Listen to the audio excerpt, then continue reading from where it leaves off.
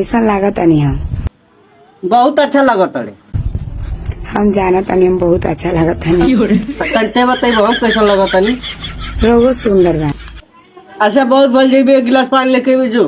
1 minute रुकी तनी धको धको करता करे। देखा एक गिलास पानी मांगले में लगल धकर धकर करे।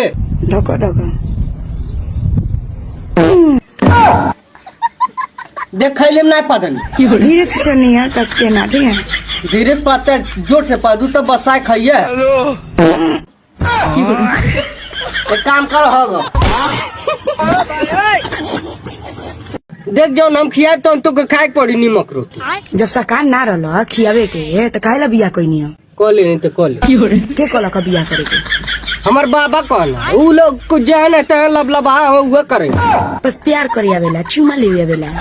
प्यार करे आला, चुम्मा भर ले आला, बुझाता हम ही भर ले। खिया के समय आवेला तनी पैसा कम कमातनी। हाँ तो कहाँ जाए तू? अगर डेली मीट बचर खिया। भाई जब सकान ना होई तो बिया मत कर बोलो, कह दो तनी। हाँ ठीक बा, नहीं करब, जा चलो। हम ना है नोचर बानी भाई, हमरा में भी खर्चा बा। अरे बाप रे बाप, नया नहर बाड़ी इनकरे में बहुत खर्चा बा। आ तीसरा शादी हमसे भाई पूरा गांव चर्चा बा। हम अभी खाएं। हम एक दिन में तेरे कॉल के ना खिया। हमरा के चाहिए 1100 दे जे पिन के डेली हम मुर्गा लाई जियावत खियावत बानी ओने ढेर बा। जो जो हमार समय तो हम आ जाए जो। अच्छा ये बताई केकरा से ना गलती होला?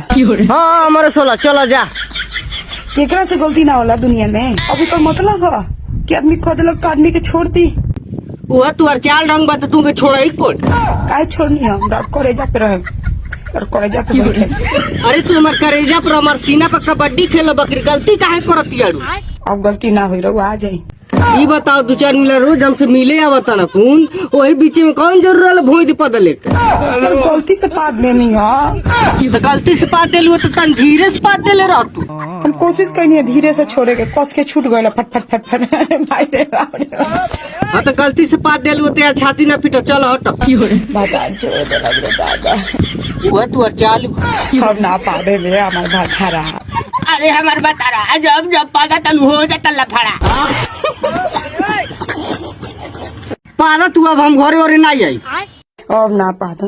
अरे पादा हो अभी कवर पादा। दिन में ना पदास आवेला, रोटिए के पदास आवेला। एक तो थकल आवे आ सुतले मार दे मुखा पड़ो ये भोज। ये हमार भात रहा जाए ना पादे। ना एक काम करो बोल बर्बाद ला तब बोलिए बात देनी है तरह खिसिया के भाग करनी है।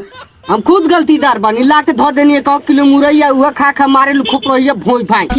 ना पादे नहीं हमार करेजा भातार, हमार धनिया आ जाए हमार भातार। और हमार मांग टिक ले बानी। मांग टिकले बानी तो दहेज में तुहर पाद सुंगी और जीवन बीमा हो। हाँ मान थी बतारे संगे जीवन बीमा होला, बाकी तुहर पदले कोनो सीमा होला। मेरा बाबा फिर पादिका है ना।